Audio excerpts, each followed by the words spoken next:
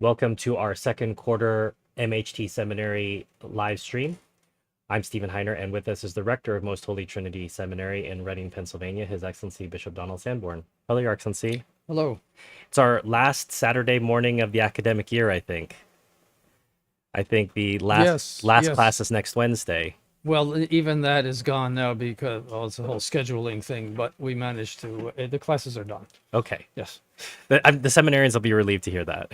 Yes, but exams are not exactly their beloved item either. I mean, we're happy that it's over. When the exams are over, they will be much happier. I'm certain. Yeah. Well, if you're just coming into the stream now, remember to hit the like button to help the algorithm push this out to more subscribers of the channel. And please put where you are watching from today in the chat. I'm going to be looking through this book called The Catholic Priest, His Training and Ministry. This was published in 1961, which is a little later than His Excellency would like for books, but as a photo book and as a representation of what seminary life was like, I think it's very accurate, Your Excellency. Yes, and some of those photos may be from earlier times as well.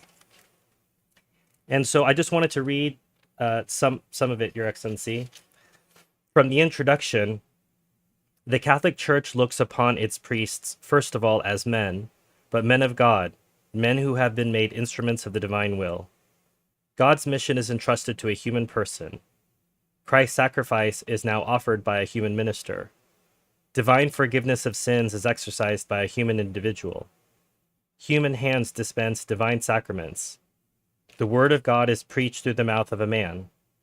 It is through the office of the priesthood that these divine priestly powers are bestowed upon a human person. Not conferred even upon the angels, such privileges and powers are given to men. It's very interesting. There's nothing here about climate change or helping the homeless. Or women. Yeah, it's all men. It's very strange. Yeah. Feels like a very rigid definition of the priesthood. Yes, very much, yes. Even here, this is from September of 1961. This was how the priesthood was seen. The priest remains a man, though raised to the dignity of this divine calling, a mediator between God and men, called by God. He intercedes for men before God. And since the priest remains a man, he knows the weakness of fallen human nature, and he can sympathize with his fellow men. Since he remains a man, the priest must gain all his strength, confidence, and his very priesthood from Jesus Christ, the God-man, the eternal high priest. It hits on an interesting point there, Your Excellency. The priest is a bridge. He knows what it's like to be a fallen man because he is, but he is called to be higher because of his relationship with our Lord. Yes, well, it's an image of the incarnation. Our Lord, of course, was a perfect man without any sin, not even an inclination to sin, and nothing of sin in him. And he was God. So you have that same bridge, you might say. Our Lord is the perfect priest. You could not even imagine a priest greater than our Lord because he is perfect man and God at the same time. So he has, like a bridge, he touches both ends, you might say, and he joins them together. He's an ideal that can never be reached. I suppose the priest is always reaching for that ideal.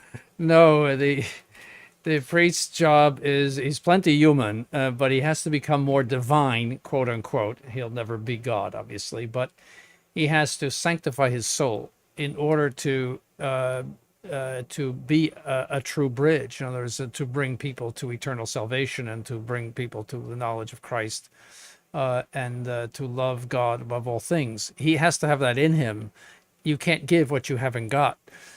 And your humanity is not going to give that. What's going to give that is the sanctifying grace that is in your soul as a priest. So he has a very grave obligation to tend towards spiritual perfection. And that journey begins at the seminary. Yes, the first day of the seminary, yes. And so you're more than 50 years out of the seminary now, Your Excellency. Yes, yes, thank you for reminding me. We wanted to remind our viewers as well and our watchers.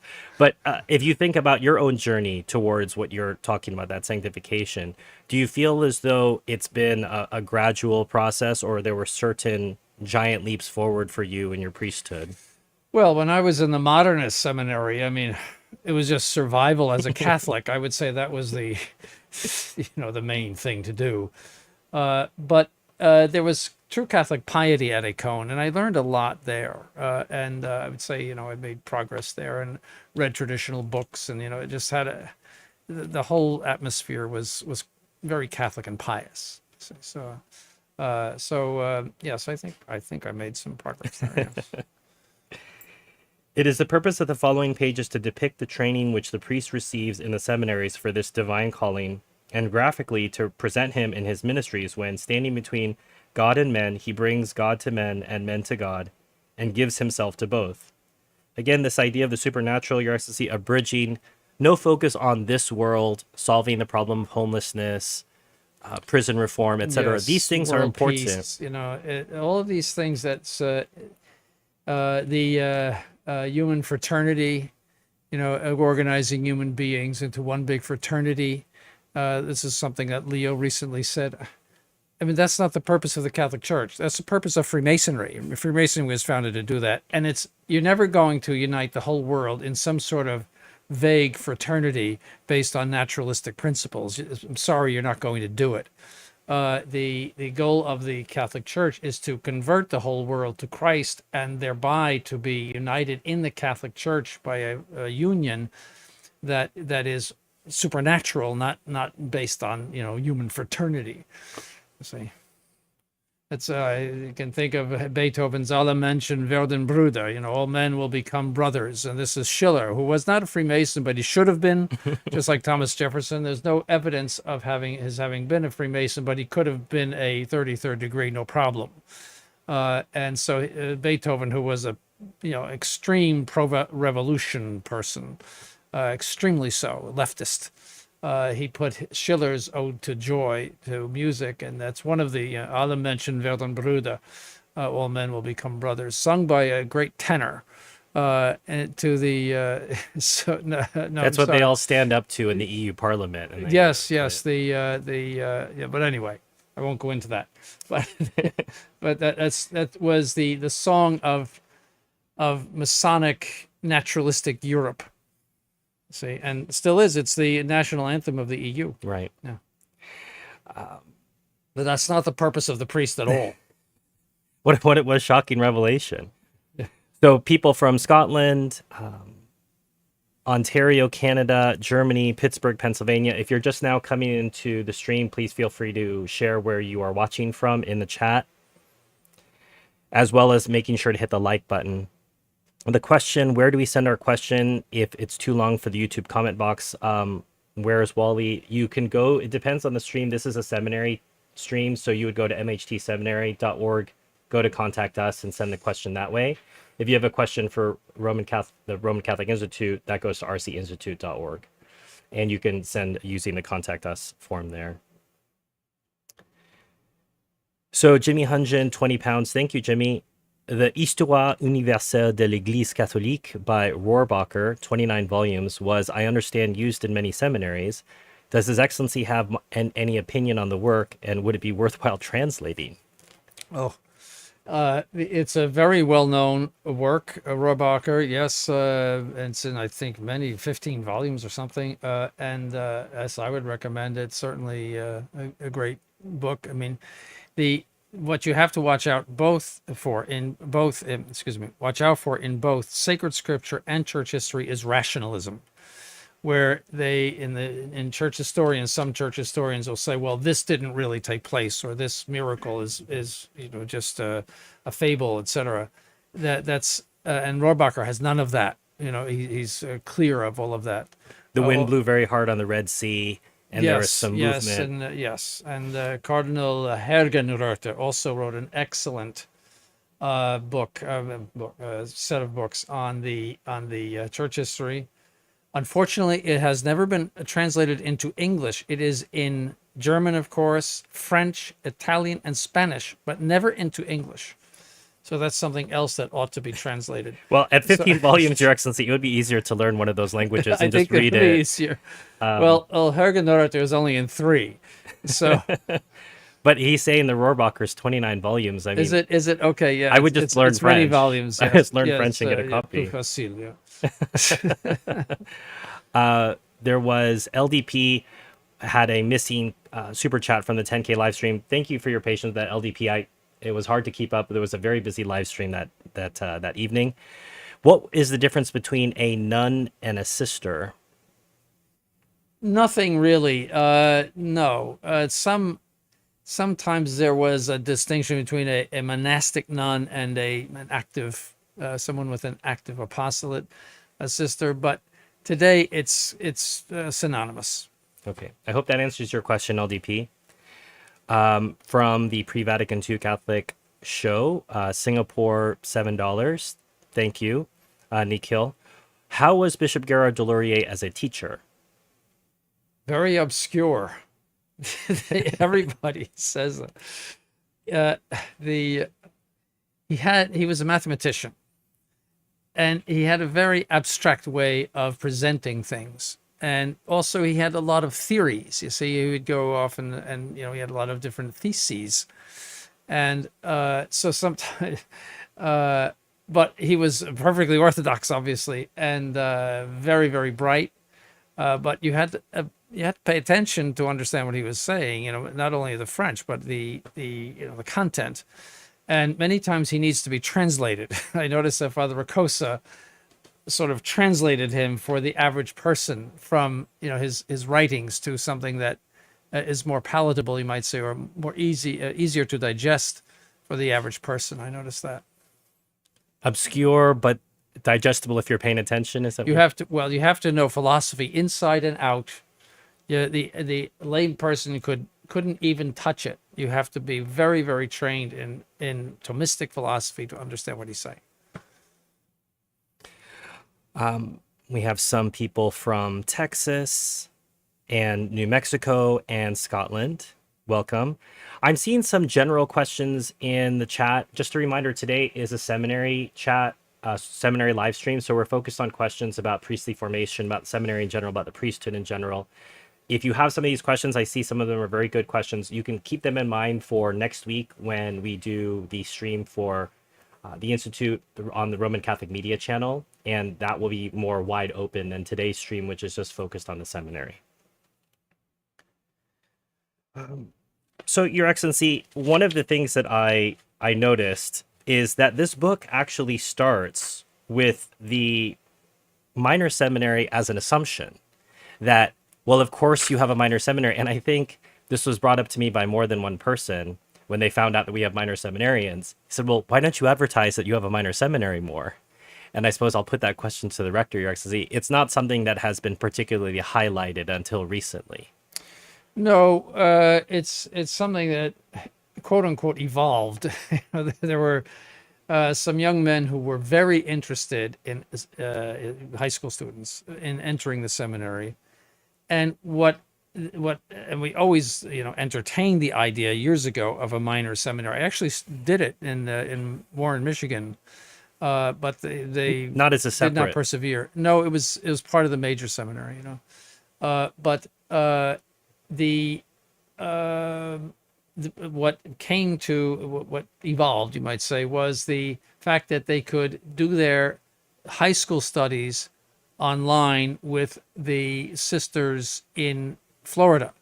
So they have their own schedule. They follow the schedule that everyone does in Florida, and they learn all of their high school curriculum.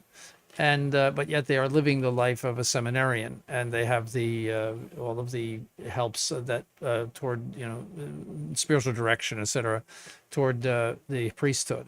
So you see, we're only 4 here to teach. 5 with Bishop Fleece in Florida, who does teaching by Zoom. So we're only 5, and there's the major seminary curriculum is very, very burdensome. Brutal. Yeah, well, for us, I mean, forget about it'll be brutal for the seminarians too. For us, it takes a lot of preparation and a lot of class time, a lot of correcting of exams, etc. It's a full-time job for many more people, and so we can't be teaching chemistry and physics at the same time. You see, we cannot do that. So that was the only way we could have done it. We figured out, yes, we can do this. You see, we can So, do but this does that now. imply that a minor seminarian has to also attend Queen of All Saints, or could he conduct his own independent studies by homeschool? We would want him to attend Queen of All Saints because we know what they're doing. It's approved. It's under the direction of Bishop Selway and the other priests that are there, and of course the pious nuns. Otherwise, we would have to supervise what they're doing, and that would take more time. See, they have their own exams. They're having exams this week, and we don't have to worry about their academic schedule or their courses or their accreditation. They are accredited. So if they decide at the end they don't want to be a priest, They still have a diploma. they have everything they need to be whatever they want. So what is the process then, Your Excellency? Would the process first be I need to get admitted to the school, and then I would apply to the seminary? No, you would apply to the seminary first, and the seminary would arrange your admission to the school. So there's a shall we say a cut to the front of the line potentially. Yes, yes. A privileged path, privileged path, as Bishop Barrett might say. Yes. Just a reminder in the chat, someone had referred to His Excellency just by his last name. He is not his last name to you. He is Bishop Sanborn or His Excellency. Please do not ever refer to a bishop simply by his last name. Teodoro Boggio for $20. Thank you, Teodoro. There is always the accusation that sedes despair, get too angry, and their spiritual life suffers. There is a group called Trad Recovery that helps bring people back to the Novus Ordo. How can this be answered?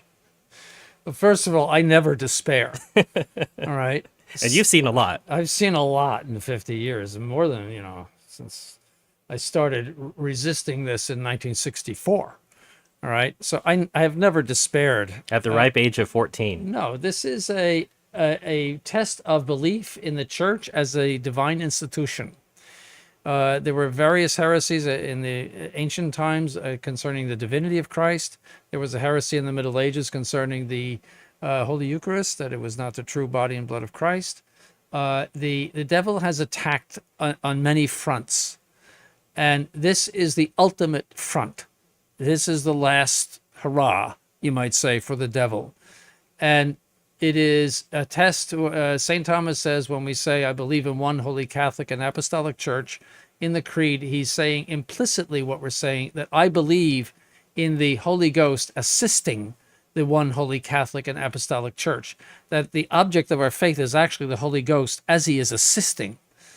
And that's what has kept the church's assistance on the right track all the way through. Look at all of its pronouncements, everything that it has ever taught for 2,000 years. It has never, ever contradicted itself. It's as if one person is speaking in all of those documents. It's a very important point because look at the variation of the Protestants.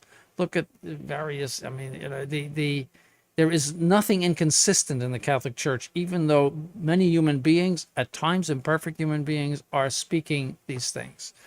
So this is a test of faith in the Catholic Church, that last article, or one of the last articles of the Creed. And so I never despair of that. I never doubt it.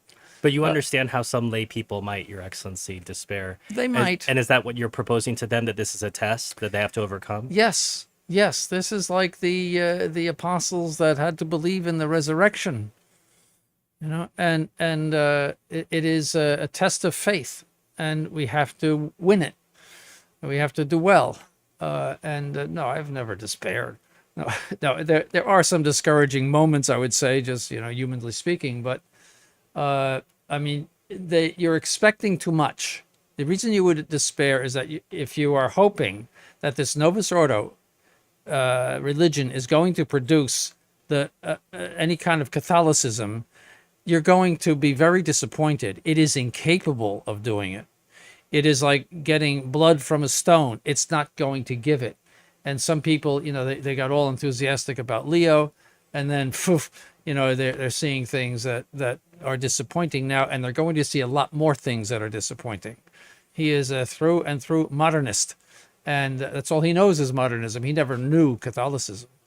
And so that would be, cause of despair if you're hoping for something. You say, I'm not hoping for anything except an intervention of God's grace to draw people back to where they should be. So what was the other question? Do I get angry? No, it just there's this group that's trying to entice people back to the Novus Ordo Right. because of that, and I think your answer has encompassed that Yes. if people are feeling despair or angry. Well, I get plenty angry, I'll say that. I mean, these people who claim to be Catholic and are just a bunch of modernists who should be condemned and excommunicated, yes, that makes me angry. But you're not consumed by your anger. No, Your I'm not Excellency. consumed. I'm just nicely angry. Yeah. Nicely angry.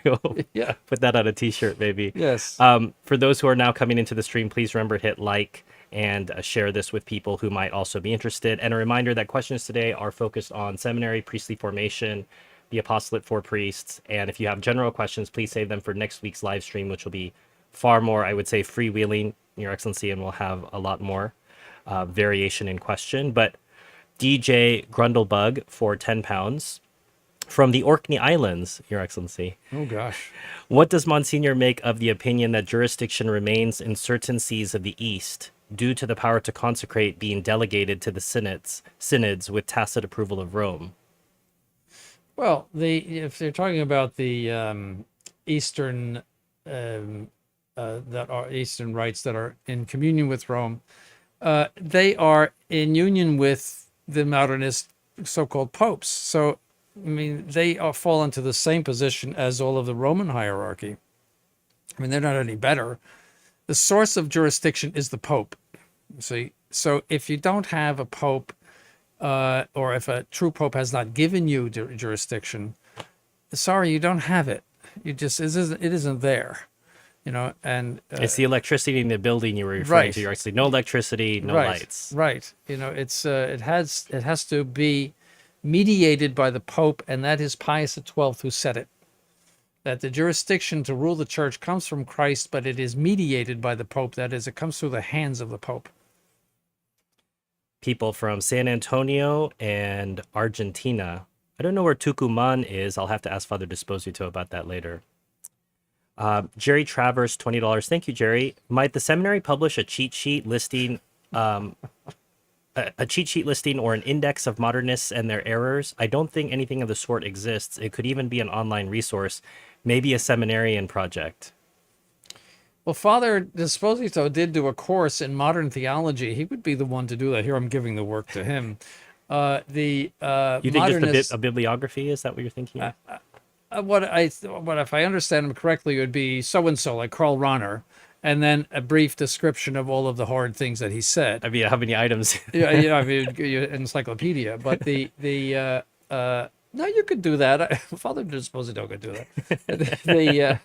It wouldn't be a bad idea to know them. I mean, I assume he's talking about the modern modernists, not the ones at the time of St. Pius X, because we know everything about them. Jerry, one of the ways that we track projects is through emails. So if you want, please just send an email to mhtseminary.org's contact us and just mention that you mentioned this in the stream, and we'll put it into the queue of projects.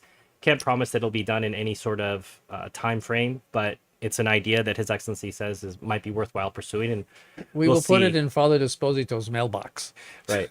And as I said, we don't know when that might be addressed. Father Disposito's got plenty else to do, including monitoring today's live stream. Yes. But please send that in, and that way we can at least keep track of it. John Hockstedt, $20. Thank you, John. I think you asked the question a little further on. Can the list of the English texts used at MHT be made available for supporters to use some of the content for their own use, or allowing others to see the content of the classes in general?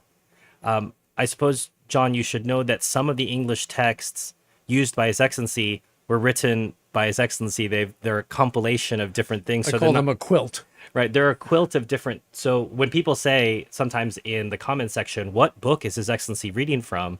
I mean, there could be 47 different answers because he's pulled quotes and citations and teachings from different things to put together a course. So there's sometimes no book to refer to in some of your courses, Your Excellency. Well, yeah, I could recommend certain books, definitely, but as far as my own notes, if somebody wanted them privately, I wouldn't mind. The thing is, I always revise them slightly every time I give a course, make notes to myself, so I have to see the latest revisions and the latest corrections before I would send them out. Which I actually have no, I have to do that for some of my courses this year. For example, De Ecclesia would be interesting for the lay people. It doesn't involve philosophy. It's more just positive, what we call positive theology. It doesn't involve much, but it's very interesting, and I have a lot of my own footnotes in it referring to the present crisis. So that would be something interesting for the lay people, I think, too. Okay, So John, as I said on the previous one, please use the contact us form on the seminary website and mention that you talked about this in the live stream, and we'll see what we can do. sure. I'm putting that on your to-do list now. Your Yes, no, Excellency. I could do that. Giselle Demers, 50 Canadian dollars. Thank you, Giselle. If you have a question, please feel free to put that in the chat. My prayers for the seminarians soon to be in exams. Yes. Your Excellency, who was your own favorite professor when you were in the seminary? Oh, gosh.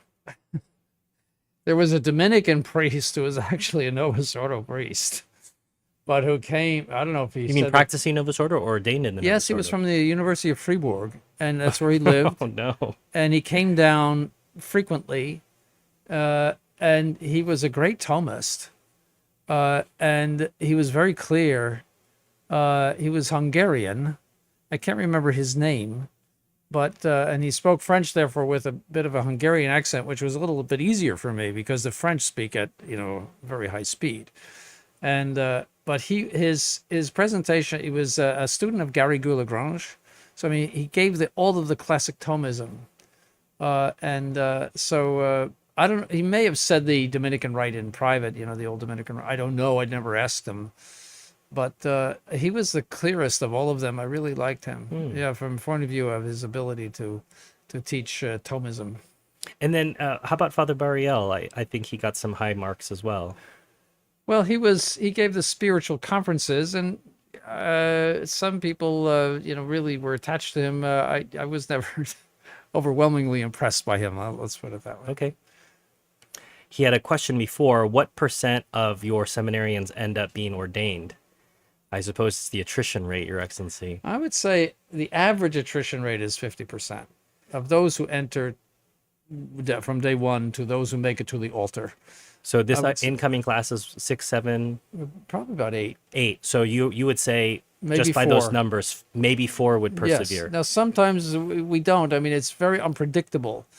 But I always say I don't count them till Christmas, because many of them get in and they decide this is not for me after 2 weeks. That's quite common.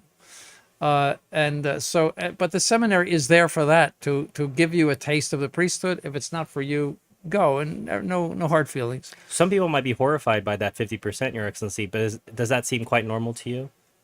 In these times, it does. I don't think they saw that in before the council, but in these times, because the priesthood is not simply the Catholic priesthood, it involves a lot of unknown, and also the world has a very strong attraction that it didn't have before the council, and people are not as piously trained in their homes as they once were before the council.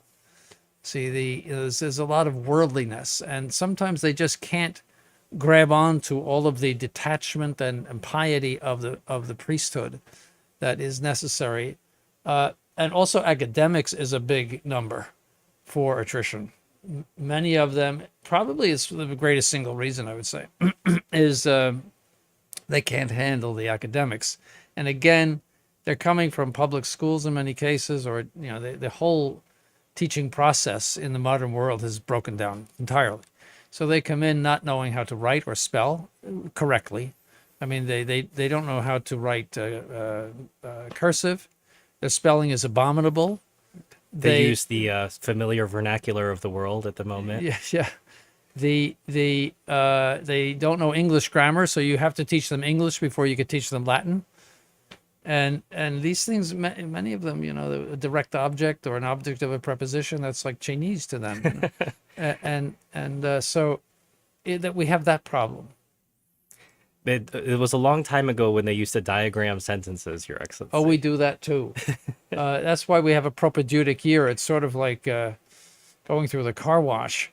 It's to prepare you for. They have to take Latin for many years, and so they have to have a working knowledge of Latin. And but if they don't know English, they'll never learn Latin. Going back to where we had started the stream, Your Excellency, and talking about minor seminarians, I read here in the text, preparatory seminaries for youth training to be diocesan priests are schools of general education for boys from 12 to 18. Now, we talked about minor seminarians, and I think the trend has been juniors and seniors have generally come in. Would you actually accept a freshman in high school minor seminarian, Your Excellency? Yes, I would. However, they never used to board them. As you would go to the seminary, high school seminary, the way you'd go to a normal average high school, was you would commute during the day, go and go home. That was the way they worked. So they board here, which is sometimes hard on the parents, like a 12-year-old or a 13-year-old is going off to board. And so we're taking them later. But even then, sometimes there's flack from the parents. Not that they're impious or anything. It's just they think maybe they're too young, and that may be true. There's various maturities among. So would you say that the minor seminary is currently limited to juniors and seniors, generally speaking? No, I would say it's open to all the years, but it's just, I'm saying that typically we're only seeing them 16 and above or 15 and above. Because I have seen a couple of emails from anxious parents for major seminarians coming in this year saying, well, the handbook says that I can only speak this. I'd like to speak to my boy, at least once a week, if not more. And I think, Your Excellency, this might be helpful for you to explain to people that this is not college. This is a prolonged retreat. The seminary is a prolonged retreat, and that's why there is limited access to the family. Nothing wrong with the family, obviously. It's just that they have to learn to be separate from the family. They're not going to, they might be sent to Europe.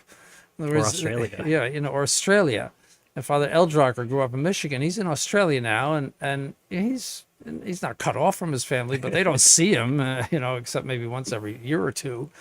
And they have to understand that they marry the church. As when they are priests, they are married to the church in the sense that they leave their families and cling to their spouse, which is the church. You see, and so they have to learn. We say once a month you can talk to your family, unless there's a serious reason, a death or a sickness or some other big occasion, perhaps. We give them special permissions. 7 Singapore dollars from the pre-Vatican II Catholic Show. Thank you, Nikhil.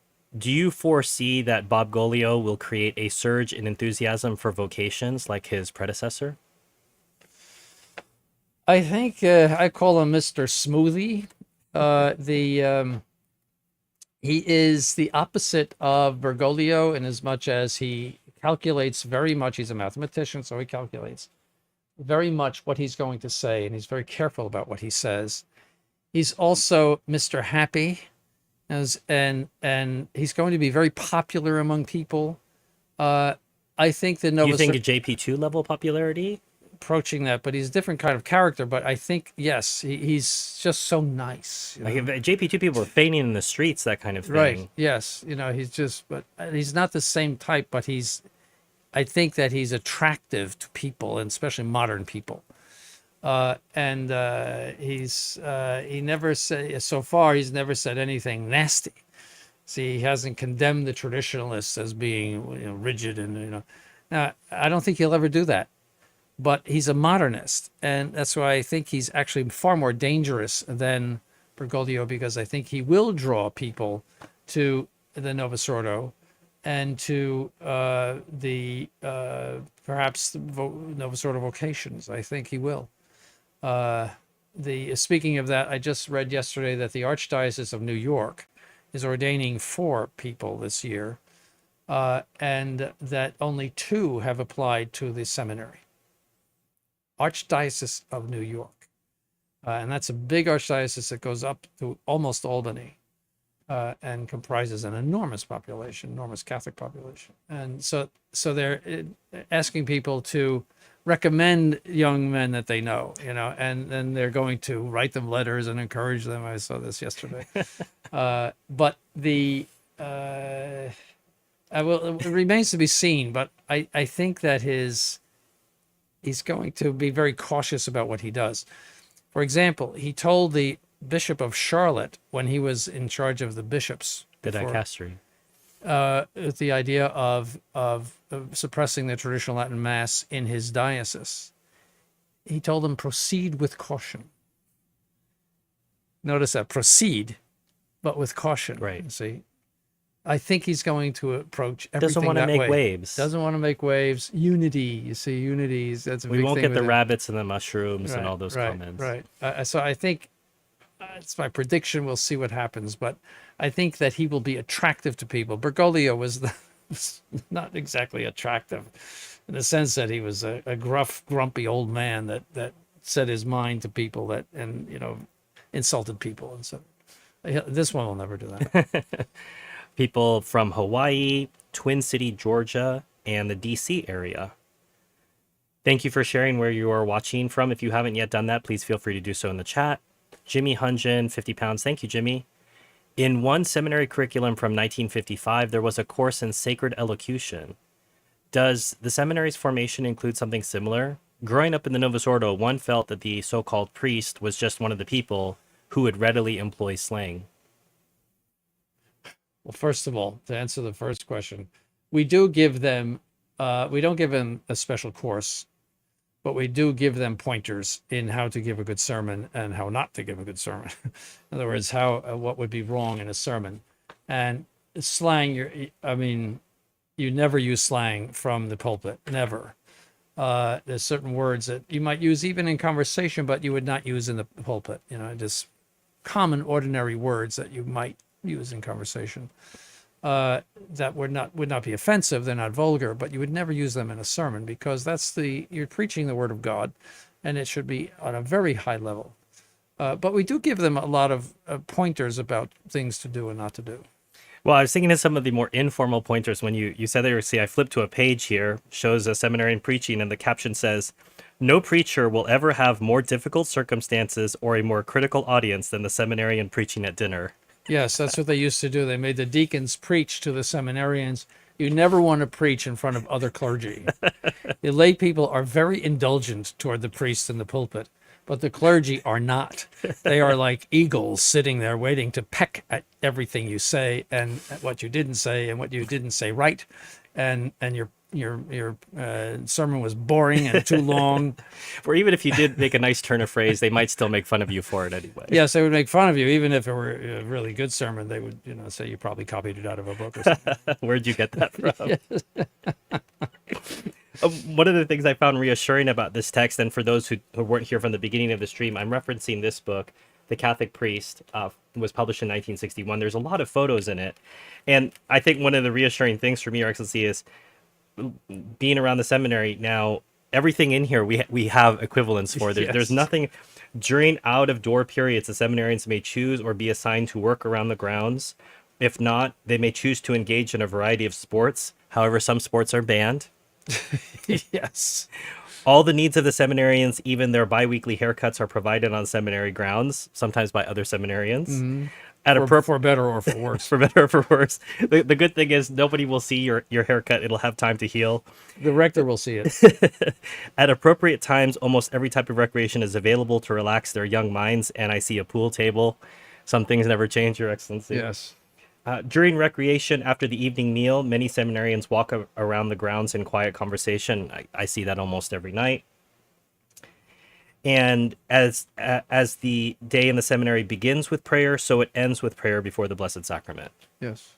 We copied everything that they did years ago. It's almost as if you're looking for continuity, not rupture, Your Excellency. Yes. So the major seminary, after finishing his first 2 years of college in the preparatory seminary, the seminarian studies for the diocesan. The seminarian studying for the diocesan priesthood moves to the major seminary. So that gap there, Your Excellency, of 2 years of college in the preparatory seminary and then moving to the major seminary, what's the distinction now? Well, the minor seminary consisted of 4 years of high school and 2 years of humanities. There was this idea that the priest had to be well-rounded in things like literature and Music. etc., and they taught those courses to them as sort of the first part of a college program. The second part would be philosophy and theology, which they would do in the major seminary. See, so the major seminary was 6 years, so it was 6 and 6. You'd be 12 years from the time you were 12 or 13 years old. Typically, you would be ordained at 25, 26 if you went into that program. And most did. Most of the people in the major seminary had come through the minor. That was just the reality. Yeah, the late vocation might be somebody who went to college, Yes. and then come at 22 and say, you know what, I've realized I'd like to be a priest. That was unusual. I mean, not common. The seminarian studies and the first 2 years of his studies in the major seminary consist of intensified courses in scholastic philosophy and the necessary courses for his college degree. So it seems that they would issue a degree as part of that. Yes, the idea being that no one should consider the priest to be ignorant in the modern world, you might say, and that if he's not at college, doesn't have college, he would be considered ignorant. Today, you would be considered ignorant if you went to college. So you're not bothered by the fact that the seminary doesn't grant any college degrees, Your No. Excellency? No, But ordinarily speaking, I would have to lower the standards too much in order to yes. But ordinarily speaking, they would have received a degree as part of it, and then they would maybe have pursued a license or a PhD. Well, no, the seminary did not give out any kind of degree. I mean, as far as ecclesiastical degree, because there's a whole bunch of this ecclesiastical degrees. There's the STD and the STL. That means licentiate was like a master's degree and you had to go to a pontifical university, such as the one in Washington, D.C., where you'd get the STL or the STD, the doctorate or the licentiate meant master's. You had to write a dissertation, and for the doctorate, a whole little book. So What percentage would be siphoned off to go do that? it was a sort of preparation for episcopacy. So the cream of the cream, so like a 20% maybe? Yeah, the intellectually advanced, and also, you might say advanced in the point of view of personality and personal virtues and capability. Somebody that was a star. You would be selected for STL or STD. I'm the Fulton Sheen is the sort of case study of. Yeah, there's a perfect example. Yes, and the same thing with sending them to Rome at the Pontifical University in Rome, North American College. The seminarian studies and digests the great thoughts of the past: Aristotle, Plato, St. Augustine, Thomas Aquinas, Descartes, Kant, and Marx. The complete Western intellectual tradition is the field of his attention during his 2 years of the study of philosophy.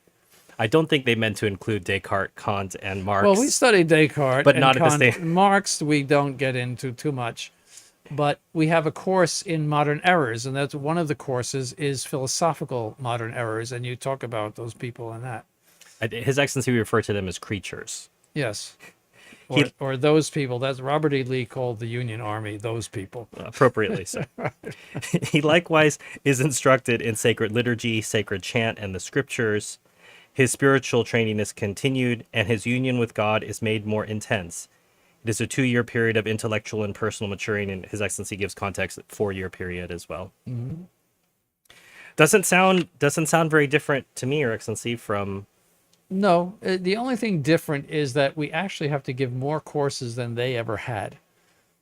And we give them deeper courses than they ever had. I mean, I know what textbooks they were using in those days for the average diocesan priest, and I would call them light. Not inadequate, but light. We give them very deep stuff because they have to know it. They have to be able to defend themselves against all of the naysayers in the Novus Ordo. We are pointing the finger at the Novus Ordo saying, you're the ones that are not Catholic. Well, there's a tsunami of criticism that comes back. We have to defend our positions. They have to know modernist errors and so forth. So the training here is high. In other words, is more difficult than what, say, the average diocesan priest would have gone through. And what the average diocesan priest would have gone through is 10 times harder than what a college is these days. Well, I mean, the problem is that what you call college is just garbage. I mean, you could be very good at garbage. You could get an A in garbage, but what is the purpose of that? If only you could get a job in garbage collection. That actually pays Garbage well. Your collection Excellency. is a very good job, and I think that they are one of the biggest contributors to human welfare. What would we do if we didn't have garbage collectors? What would we do? Bishop Ikamake said there are billboards in Nigeria that says, this money doesn't stink or something like that. Right. Sort of encourage and you people. have perfect job security. There will always be garbage. AI, whatever you want to say about computers and everything else, there will always be garbage. You see, and so you have perfect job security there. And you don't take it home with you, literally. In other words, it's not that you have worries about lawsuits or anything like that. You just pick up the garbage, put it in the truck. They are, I think they deserve much more money than they ever get, my opinion. His Excellency's vote for a raise for the garbage. If I were not a priest, I'd become a garbage. It's all working for the cats, Your Excellency. That's good preparation, I suppose. Right. We have people from Hawaii, Nigeria, Brazil, Poland. Thank you for sharing. And remember, if you are coming into the stream now, hit the like button. There's only 14 likes so far on the stream, so please feel free to hit that like button. It will get it out to more people.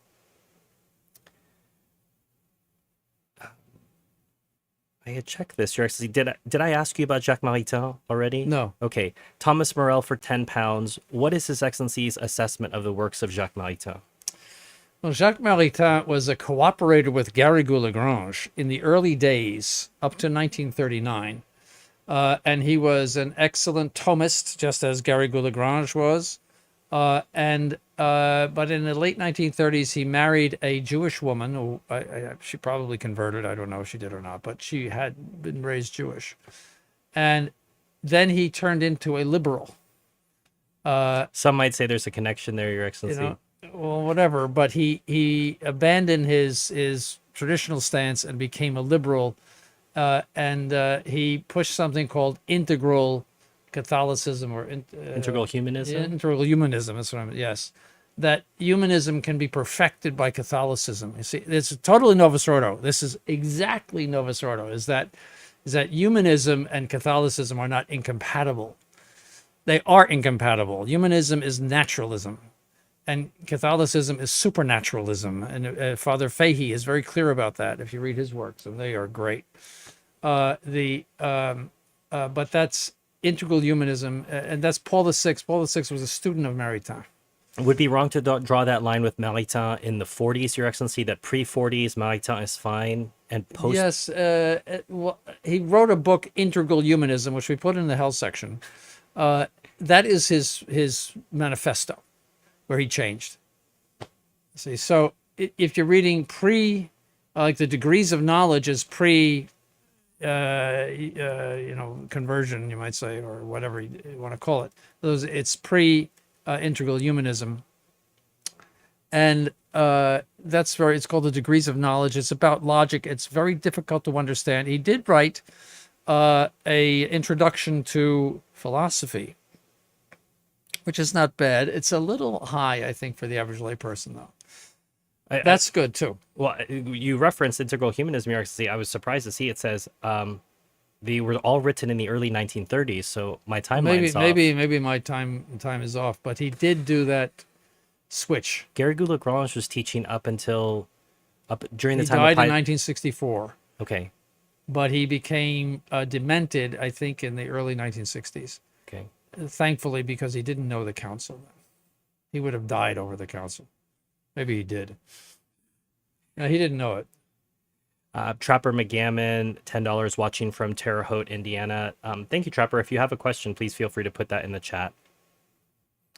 There was a question about the form. Pius XII from Jonas Niklas. Pius XII states that the matter of priestly ordination is the laying on of hands.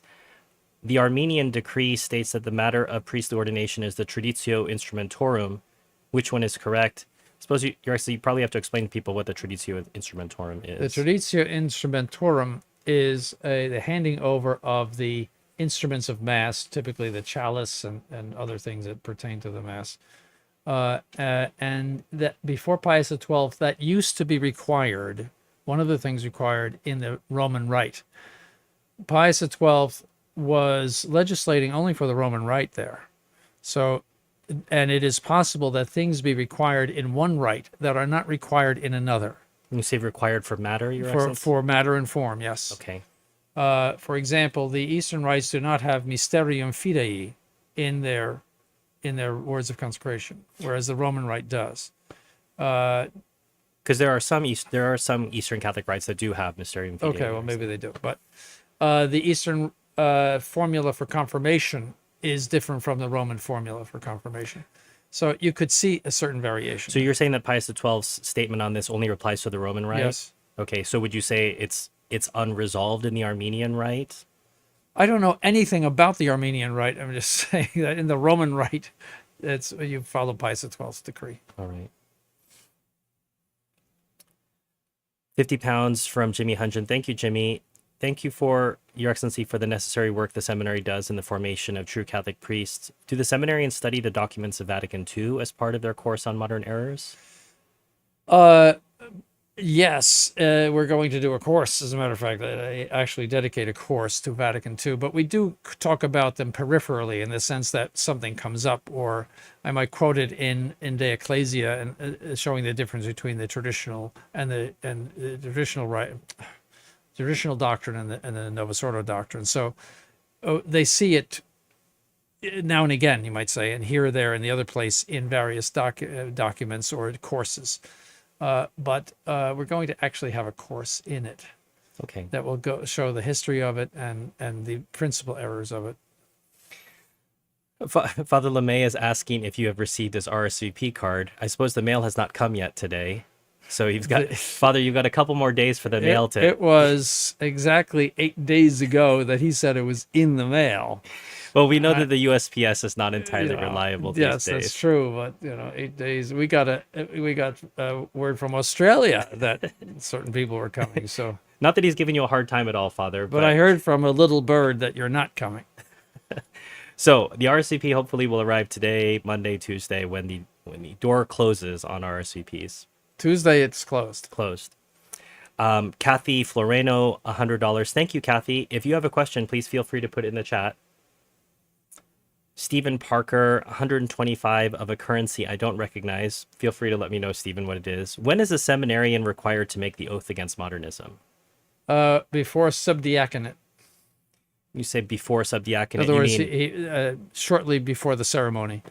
A day or two before the ceremony, he must do that, yes. I think you'll find some photos on our social media from the last time this happened with the deacons who are now to become priests, when I think they said their oaths in front of Father Disposito. $10 from Damiano von Costas from Steubenville, Ohio. Not so far away. Your Excellency, what would you say to young men who feel drawn to the priesthood but hesitate to enter the seminary these days? How would you encourage them to take action? Hesitant to enter the seminary these days. I'd like to know what his fears would be. I mean, you don't get eaten here or anything like that, you know. I would say this to young men: the church is at war. There are many young men. There were 500,000 young men in World War II who gave up their lives because this country was at war, and many others in World War I, and something like 700,000 in the Civil War, over issues that come and go with time, in the sense that, you know, in 1,000 years from now, it's going to be in a history book, and if 1,000 years we're still around. But these are natural issues, national issues that people gave their lives for, and they were called up and they got shot and they died.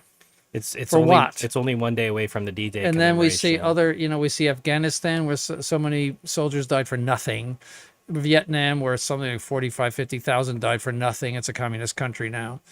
The church is at war. And I think young men should feel, if they are qualified, at least to think about, I must make the sacrifices in order to preserve our faith. Would you say that's a fault or natural, Your Excellency, that people are more drawn to natural causes for their country than supernatural causes for Yes, the it's church? naturalistic. I mean, this is the church is attacked. So you would say that's a fault to be corrected? Yes, it's worldliness. I mean, the church should be calling up all of her youth, and anyone that's qualified, to battle for her. And this is the most insidious attack of Satan upon the church. And what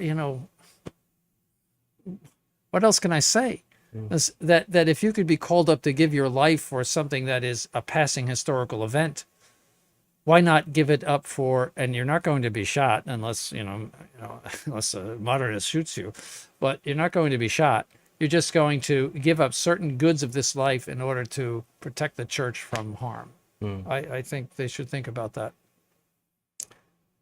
Watchers from Milwaukee, north of Milwaukee, and the Bronx was the article put in front of Bronx was the. Yeah, and the R is too hard. The Bronx. The Bronx. Yeah.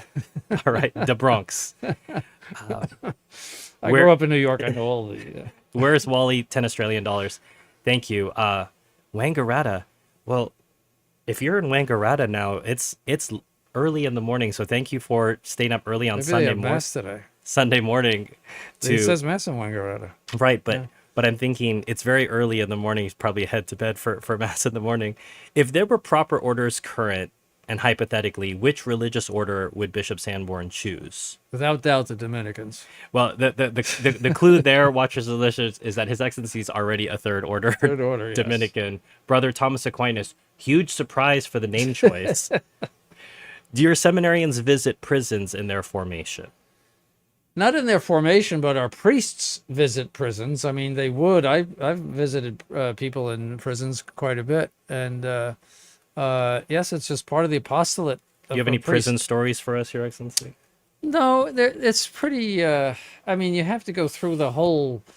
How would you say, rigmarole? Makes TSA look like a welcoming mat. You know, Right. that you don't have a gun on you, and you don't have anything in a cake, Or even, I suppose, a pen. Oh, and, yeah, and the clearance, even on Roman collar and everything, and it looked nice, But everybody's vetted that way. And I couldn't even bring in a rosary, and there was a prison in Detroit that I visited, and somebody asked for a rosary, and I held it up, and they said no. You could strangle somebody with that. Wow. And so they can't have it. And were you running into people who were lapsed Catholics or people who were discovering Catholicism? Was there a general trend, Your Excellency? They were not a general trend. They were Catholics and did some bad things and went to prison. And I can think of one case of somebody who learned through the internet to be a traditional Catholic. Yes, In prison? yeah, in prison. Well, Yeah. that's extraordinary. And he died a pious death. He, as a matter of fact, Father Saavedra went to Pennsylvania. It was in Pennsylvania. He was in a prison in Pennsylvania and went through the whole night to see him, and got to him before he died, and died shortly after that. Wow. Just a few hours or less. And it was very nice. I had been taking care of him. He had been in various prisons in Pennsylvania. That's how I know Pennsylvania. I've been all over it because he was moved around a lot. He was in Shamokin, and he was in Somerset. He was in a place up in the northwestern part. And but then I was in Florida, and Father Saavedra went to see him as he was dying. It's a very beautiful thing. It's a wonderful story, Your Excellency. Thank you for sharing that. A bit of a PS on the Maritans. They married in 1904 and vowed in 1912 to live without marital relations. All right. More likely, it was a rash vow that derailed Maritain from properly living his vocation to marriage. I don't know. I know that I'm not an expert on Marita. It's just, I know in the 1930s, he converted away from the classic Thomism and got into this integral humanism, which is really that's the Novus Ordo. Another PS, Your Excellency, Pius XII's decree stated from this day forward, This did not address the validity of ordinations. He only removed the scruples that bishops may have. Nothing was changed in the ordination rites. Oh, no, it was changed. No, that's wrong. It used to be that the Traditio Instrumentorum, giving over the chalice and where they touch the chalice, which they still do, was required for, at least it was the general opinion of theologians, that it was required for validity. And he said, no, it's not required for validity. The only thing required is the imposition of hands and the formula. And he designated which was the form, the actual essential form, because nobody knew what was the essential form. It was all opinion of theologians. And he clarified all of that in his document in 1947. So you're saying by change that would not be required for validity. That's what you mean by change. Yes. You see, it used to be, that's a little bit difficult. They have to touch the chalice and the paten. The patent's on top. The paten, and they have to put their hand on it very carefully, and there has to be wine in it. So in these big ordinations where there's 30 people being ordained, did the sacristan put the wine in? And if they don't put the wine in, and then then scruples, and did they touch it right? And it's possible for somebody to, if somebody's not looking for those things, and there were, as a result, many, sometimes priests would be ordained, and then they would decide, I should not have been ordained, and they want to get out of it. They want to be laicized. Well, their case would go to ecclesiastical court. And then there would be all of this discussion, whether they had their hand on the chalice right, or whether there was wine in the chalice, et cetera, et cetera, et cetera. And it became, just a mess and doubt and so forth. And so he cleared all of that up. He said, hands and formula. Well, that's the matter of form in the Roman Rite. And I think you're actually providential for it to be clarified before the current era. Oh, I mean, yes, it would open up a can of worms, because you would have to watch very carefully. Martin von den Driesch, I think you'd asked a similar question on a different live stream. What kind of books do you use at the seminary for studying sacred scripture? Cornelius a Lapide or someone else? Well, there's Introduction to Sacred Scripture, which is taken from various sources, and that's to talk about inspiration and inerrancy. It's actually the most important course, and that will be given this year, this coming year. But for commentary, Cornelius a Lapide, principally, there's another very good one that is Machiavelli. That's his name, and he commented the Gospels. Very good book. I don't know if it's available, but is it in English, Your Excellency? It's in English. Yeah, okay. It was Irish or American. Multi-volume or a one volume? One volume for each gospel, if I'm not mistaken. MCAVILLY. I think that's very good. But you have to watch those commentaries because many of them are rationalist. Common English commentaries. You wouldn't just pull one off the shelf. Many of them are rationalist. If you have a doubt about this one that you're looking at or something you've already purchased, please just send the author and title in using the contact us form on the website, and His Excellency or someone at the seminary can give you an up or down on that. Not so much a question, but a statement, Your Excellency, which you can feel free to answer. I'm a convinced sedevacantist, but I attend SSPX chapels because I believe they have valid sacraments. Well, valid sacraments, so do the Greek Orthodox have valid sacraments. The Mass is an action of the entire church. It is primarily the action of Christ. He is the principal priest at Mass. So the human priest is acting in his stead, and approved by him. You see, his approval comes from the hierarchy of the Catholic Church. So he cannot offer a Catholic Mass. He might offer a valid Mass, but it won't be a Catholic Mass unless it is in union with the hierarchy of the Catholic Church. All right? So that's why the schismatic Mass, although valid, is not a Catholic Mass. And you have to avoid it because it's not Catholic, not because it's not valid. See, so if the Novus Ordo popes are true popes, then their name should be in the canon, and everybody should be at that Mass, including ourselves, right? If he is not the true pope, then to place his name in the canon puts that mass outside of the Catholic Church objectively. I'm talking objectively here because I think everybody's in good conscience about it. I'm talking objectively, that places the mass outside of the Catholic Church. It is not a Catholic mass objectively, and that's why it would be wrong to attend it. So you would say there's an objective incoherence between saying I'm a convinced sedevacantist and I attend an unicum mass. Absolutely, that you are, you cannot be, you are what the priest is. If he is unicum, you are unicum. If you are actively assisting at that mass, you cannot say I don't agree with that. I disagree with this specific portion of No, the canon. you are doing what he is doing. He is offering the mass in your stead. You see, so you cannot withdraw that from the mass. You are unicum if he is unicum, and I would say that is seriously wrong. Pre-Vatican II Catholic show, $7 Singapore. Thank you, Nikhil. What is the most difficult course in the seminary? Oh, ask the seminarians. Probably, well, it's one of the big three are De Verbo Incarnato, which is Christology, the incarnation. It's very difficult. De Gratia, which is about grace, very, very difficult. And the Trinity, De Deo Trino, that is a killer. I mean, do any of those courses stop vocations? Or actually, someone's not able to make it through. Oh, absolutely. I would say the biggest single reason for seminarians leaving before ordination is academics. They can't get through it.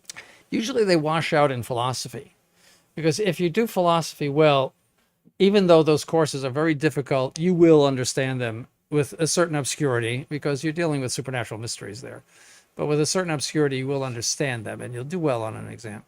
But if you wash out in philosophy, metaphysics is the killer in that, you can't be a priest. And do you think the way that we're situated in the modern world makes it more difficult to make it through philosophy now, Your Excellency? I wouldn't say no. Not necessarily. I wouldn't say so. It's a question of the ability to abstract. The measure of intelligence is the ability to abstract. It's not memorization of figures, or even mathematics has a certain abstraction, but the what is existence? What is subsistence? Things like that. That's what you've and what is the difference between subsistence and existence? You see, you learn things like that in philosophy, and those are very abstract notions, and you have to think and think and think to really absorb that. You see, and those things come up in both the tract on Christ and the Trinity too. 3 persons, 1 essence. What is essence versus person? See? Right. Now, Bergoglio said there's no divine essence, so right. You don't have to worry about that. Yeah. For those who are joining the stream later, I'm referencing photos from this book called The Catholic Priest, His Training in Ministry, from 1961. And one of the photos here, Your Excellency, each seminarian has his own private room where he spends many hours in study and prayer. And I've shared with you before, I visited some conservative Novus Ordo seminaries where they had a lot of vocations, and sometimes they'd be in more of a dorm style situation. Why are you insistent that each seminarian have a private room? Because, as I said, the seminary is a very prolonged retreat. It is to remove yourself from, to a great extent, not entirely, from human company, in order to think about God. And so it's like the monk's cell. You see, a little room, and you're there with your prie-dieu, your kneeler, and you have privacy. You can't pray well when you're talking to other people, or if you have distractions. You have to get away from the world, and part of the world is just the human relationships that we have. It's part of the world in the sense that it's not bad, but it's the world. And so that's why their recreations, that is when they can talk to each other, is limited, so that they're not constantly talking and talking it up. You know what dorms are like, it's nonstop talking. Sure. And so it's a distraction. Your mind should be on God. So this was never seen in the pre-conciliar church, Your Excellency, where you'd have a dorm situation? No. And I think that's probably why these seminaries were so enormous. They had to accommodate all these private rooms, so you had a 300-room seminary. Yes, and now they're all empty. unfortunately too large for us to for us, maintain. and the Novus Order would sooner burn them down than sell them to us. And also, they're very useful as old age homes. And as I said, by looking at these photos and observing life at the seminary, really nothing's changed here from 1961 to here. During recreation, some prefer just to sit and talk, while others like to play cards. Yeah, During most ping meals, pong, yeah, there's ping pong. There's whatever is the flavor of the moment. You're actually sometimes it's ping pong, sometimes weightlifting, weightlifting. Yes, yeah, a lot of that. During most meals, a seminarian is assigned to read at table, but on holidays and special occasions, permission is given to talk. Yes, yeah, it's all the same. Constant union with God is the source of a seminarian's strength. Yes, Pretty it's all the routine. same. Yeah, It's almost as if you're trying to do what they were doing before the council. Yes, you would think that. Yes, no, it's true. I mean, there are just certain things that they did. Everybody knows. And I think that just it shows insight that there are so many different types of priests depending on your personality. Some they want to take a quiet walk during recreation, or they'll go with a friend, or they want to engage in a card game or a board game, or they might weightlift, as you say. That there's no right way to recreate. It's in relation to your own personality and, Yes, and your own needs. yes, nobody's the same exactly. 4 years of sacred theology complete the major seminary course for those studying for the diocesan priesthood. The course of training includes dogmatic, moral, and pastoral theology, apologetics, ecclesiastical history, canon law, and sacred chant. Intensified studies of the scriptures and great stress on the art of sacred eloquence are likewise included in the program. Maybe the only thing missing, Your Excellency, is sacred chant. There aren't any courses here. It's something more taught as needed for... Well, how should I put this? Good. With your usual lack of dissimulation, Your Excellency. You can't make a silk purse out of a sow's ear. You have to be able to sing in order to sing chant. Singing, the problem with chant is that it has a great deal of exposure. One note off or half a note off, and it sounds terrible. It is very unforgiving, you might say. So they have to learn how to sing. Now, growing up with rock music, they have no idea of what a note sounds like and cannot reproduce a note. You're implying rock music's not music, Your Excellency? Well, we won't talk about that. They're going to play that in hell. I'm sure that'll be part of the program in hell. Nonstop. Or they're growing up with, you might say, popular music as well, which does not have standard, how would you say, I'm trying to think of the word, Harmony melody? Harmony melody. It's all a little off, and it's just not the same thing as chant. Chant is based on a very, very strict notation and sound, progress of sounds, the do, re, mi scale, etc. And it's just not in their heads. See, people in Europe are more inclined to classical music because it's their culture. They also sing as children. They might stand around the piano and sing something that has normal tonality to it. Or they sing recreatively as part of their culture. Yes. Whereas Americans are absolutely dead with regard to that, and so you have to train them in that. I was even thinking of playing classical music or even chant during their meal times. They have to get in their heads real music, not this trash that is common today. Since the priest is ordained to offer sacrifice, to baptize, to join in marriage, he studies the sacred liturgy. Apart from actual courses, preparation and practice for the liturgical side of his priestly life engages considerable time in his seminary career. And he also learns by experience to join the corporate worship of the church. During these 4 years of sacred theology, the young diocesan seminarian receives minor and major orders, and at the end of his 4th year is ordained to the sacred priesthood of Christ. Sounds pretty familiar to me, Your Excellency. Mm-hmm. Those of you who are just now coming into the chat, today we're talking about seminary formation, the Catholic priesthood. Any questions you have for His Excellency regarding that? We started actually today's live stream talking about minor seminary. If you haven't already done so, please share where you're watching from today. Jimmy Hunchin, £10. Thank you, Jimmy. Am I permitted to have a hell section within my own library? as I'm more than aware of the errors they contain, or should I toss my works of Hans Kung onto the bonfire? Well, I would say this, that some works are on the index, but most of what is available today are not on the index because they were never placed on the index. They should be on the index. So the index has certain rules that you need permission from the local bishop to read.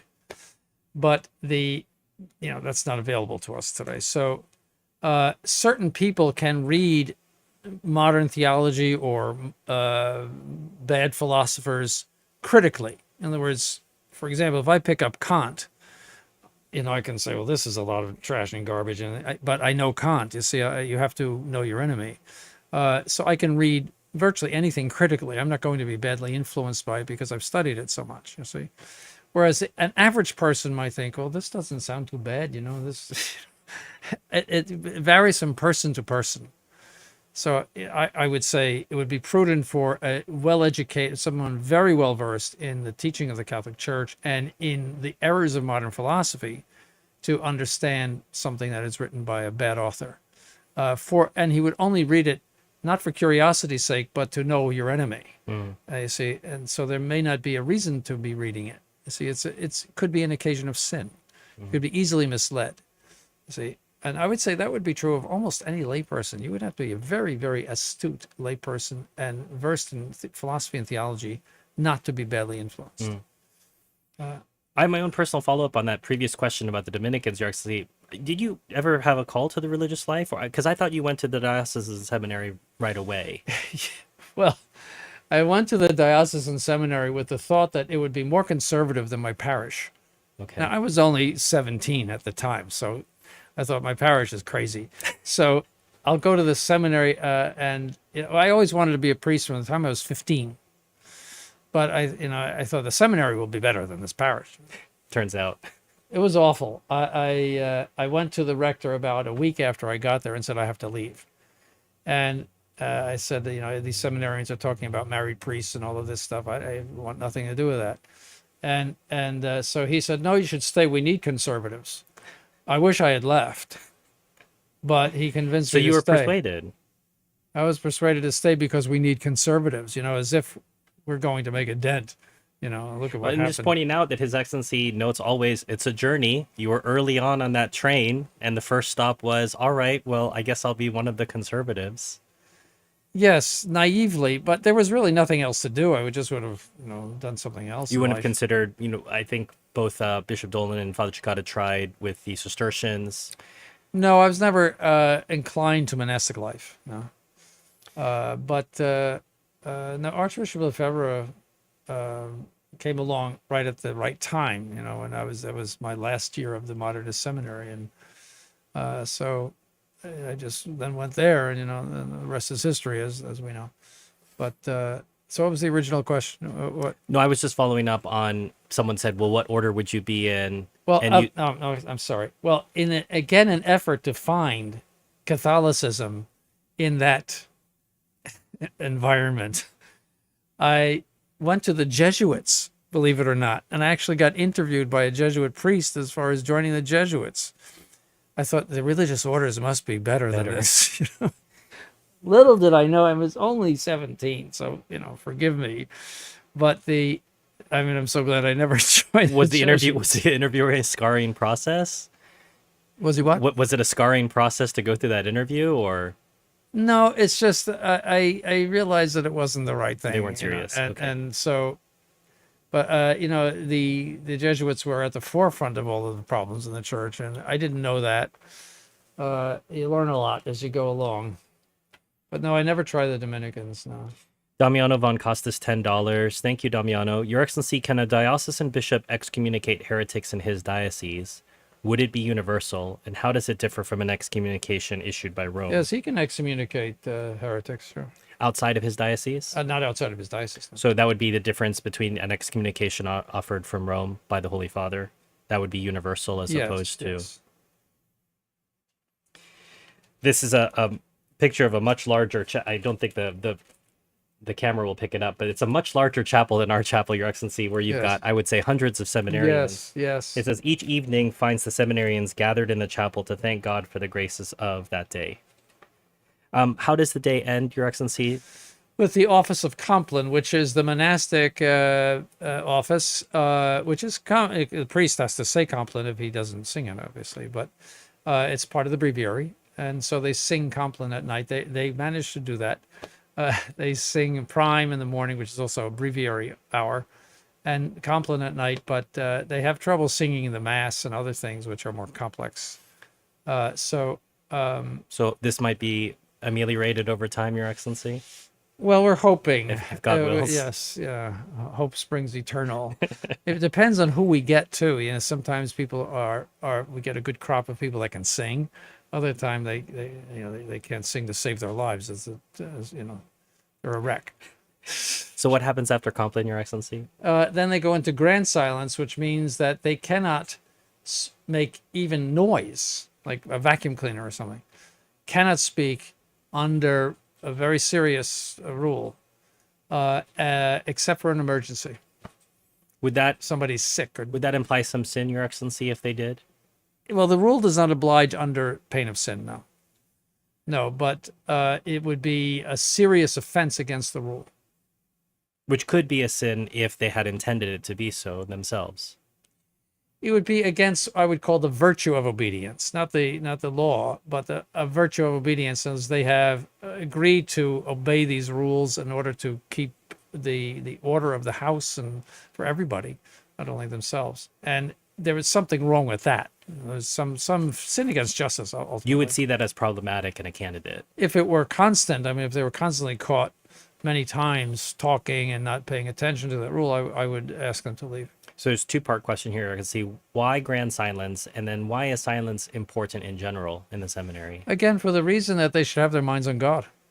In the Imitation of Christ, it says, "When I have come away from man," meaning I am less of a man. In other words, when I have been talking to the world, and that doesn't mean anything evil, just means the world, the weather, the news. Things like that, I am less of a man. They have to learn to keep their minds on God. And silence is an absolute condition of keeping their minds on God. One of the first things that they did in the Novus Ordo was get rid of the silence in the seminaries. Mm.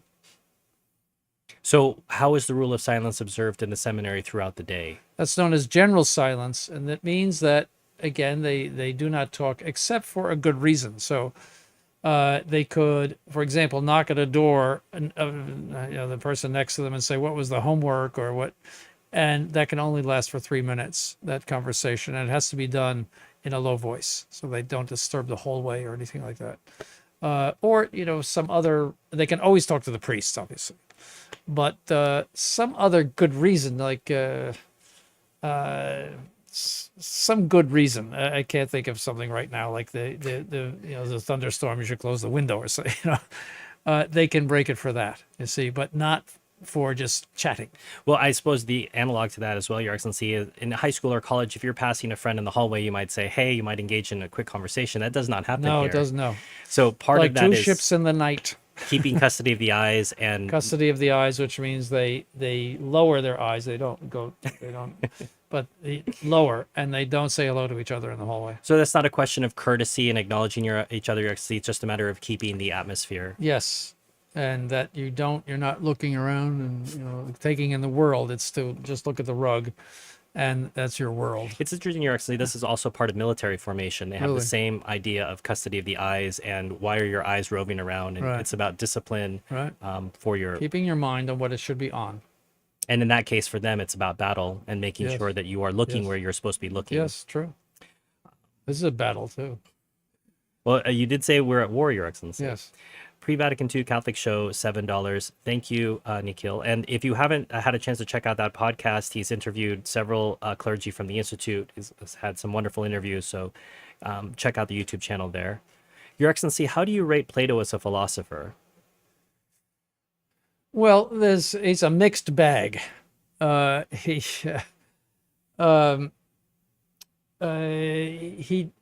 got away from the early Greeks who made a lot of mistakes, and he said a lot of good things, but he said some bad things too, or mistaken things. In other words, he was, a step, you might say, in the right direction, but he was mixed up.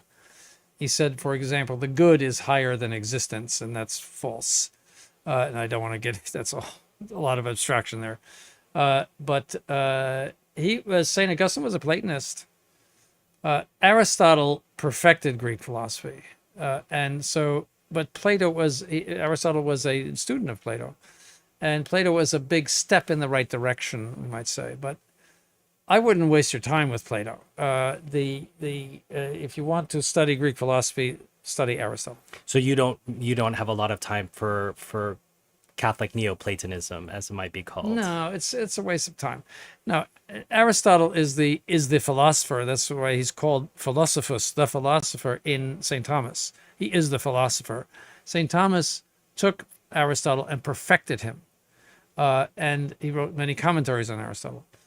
That is the philosophy of the Catholic Church, what St. Thomas did with Aristotle. And it has been used to explain, as best we can, all of the supernatural mysteries of the Catholic Church. Substance, accident, and so forth. Act and potency. That's all Aristotle. That was not Plato. So you give him somewhat somewhere between an A and a C, or maybe a B. The theory of knowledge, that we pre-existed in a world of where you had the ideal cat and the ideal dog and the ideal horse. And then when we see a horse here or a cat, we think of these pre-existing concepts. That's Plato.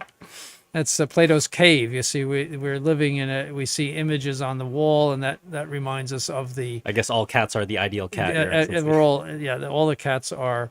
Well, they're all ideal, but they are images, you might say, of the great cat in the sky. You see, I mean, that sounds absurd, but he did have a notion of. You see, we would say now it's the divine ideas. You see, the divine idea of cat, which is identified with the divine essence, is responsible for the essence of cat. You see, that's Thomist. You see, that's a perfection of that. But as you see, Plato was kind of on the right track with that. I'm just smiling to think of the image of the great cat in the sky, Your Excellency. Yeah, great cat in the sky, and that was his the ideas, the famous ideas. But the fact that Aristotle could come up with all of the insights that he had after having been a student of Plato says that Plato again made a lot of discoveries in philosophy, had a lot of insights that were positive. But the whole of Plato is something that is, we might say, passé. In other words, he has been passed by Aristotle, and so it's really not worth. No point in going back to it. No. I'm seeing some really generous super chats. I just want to remind watchers and listeners that if you have general questions about the church, that'll be better if you want to save those questions for next week's live stream, which will be announced soon.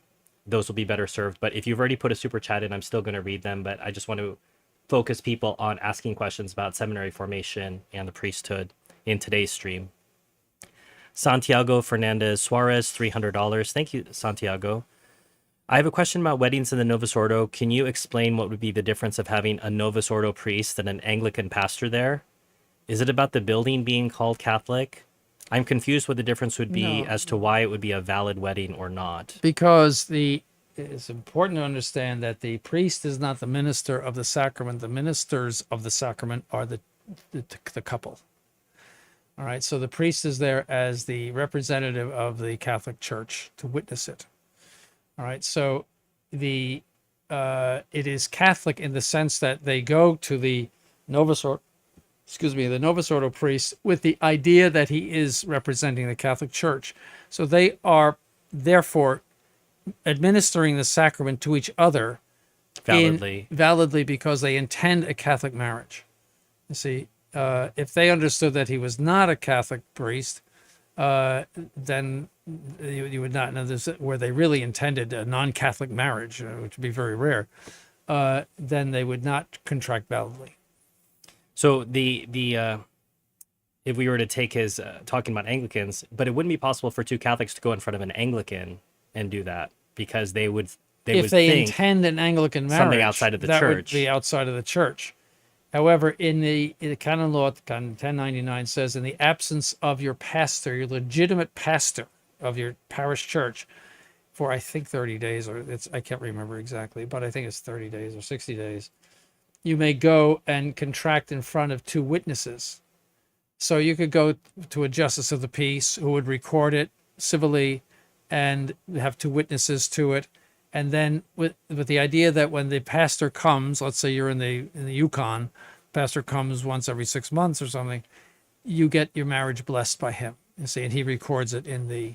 But going to a justice of peace is totally different from doing an Anglican religious ceremony with an Right, Anglican. yes. That And would also invalidate. going to the JP just because, you're in Las Vegas and let's get married. That would be an invalid marriage. But It's the idea is that you are doing it in front of two witnesses. The JP, it could be anybody. He's just going to record it civilly. He has no import in the marriage. Two lifelong Anglicans, could they contract a valid marriage in front of an Protestants who Anglican? who marry in the Protestant church, two Protestants in the Protestant church contract valid marriages. Unless they were ever Catholics beforehand. Well, then, yes, if they were Catholics beforehand, then they would contract an invalid marriage. I hope that answers your question, Santiago. Thank you for your generosity. 50 Brazilian reals from ZZZ. I guess you're falling asleep, but it can't be falling It's not asleep in too bad. Brazil. No, it's not. As I look further into sedevacantism, the arguments against Paul VI look pretty clear. But what about John the 23rd? John the 23rd is somewhat disputed. If you're saying that the obstacle to their receiving the authority is their intention to impose a new religion upon the institutions of the Catholic Church, I think John the 23rd qualifies for that very much. But some say, they look at him, he's not guilty of any heresy, but I don't think that's the point, in my opinion. The point is this program of ruining the Catholic Church with modernism. If you look at his background, his whole career is modernist. And I think it's very clear that he had this intention when he assumed the papacy. Well, his file was marked suspect of modernism. Yes, it's one of the first things he saw. 1914, I think it was. 1912, around that time. Suspect of modernism. Yes. Sounds accurate to me. And he looked it up himself in the Holy Office. What a surprise. Who, me? Yes, that's what he said to Archbishop Lefebvre. He says, imagine me a modernist.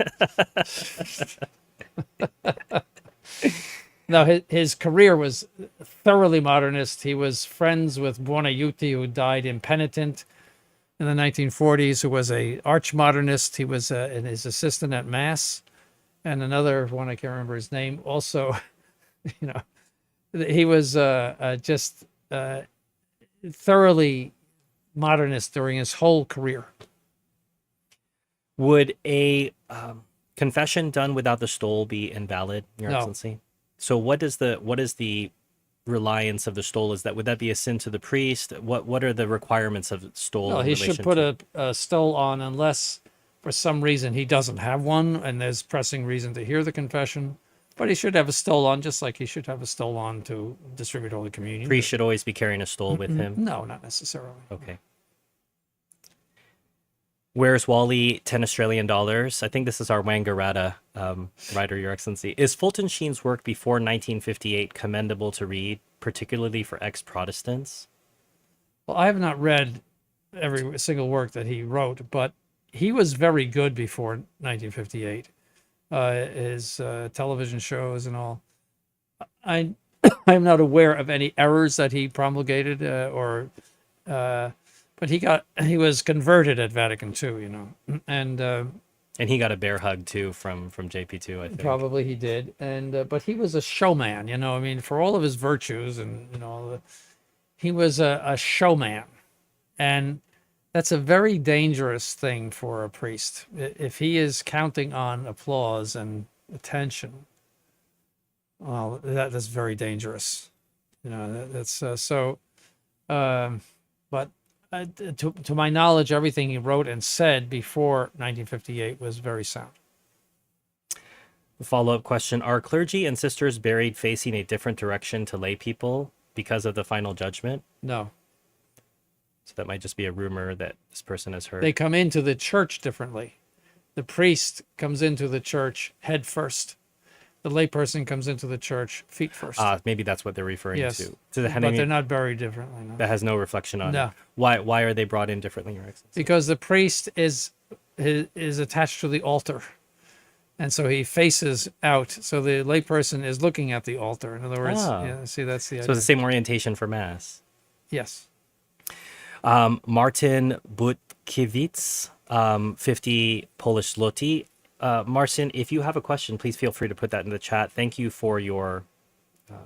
I'm sure you massacred his name in I'm Polish. certain I did. Butkiewicz. Don't even try again. No, just... Marcin, if you have a question, please put it in the chat. And my apologies for my very poor Polish pronunciation.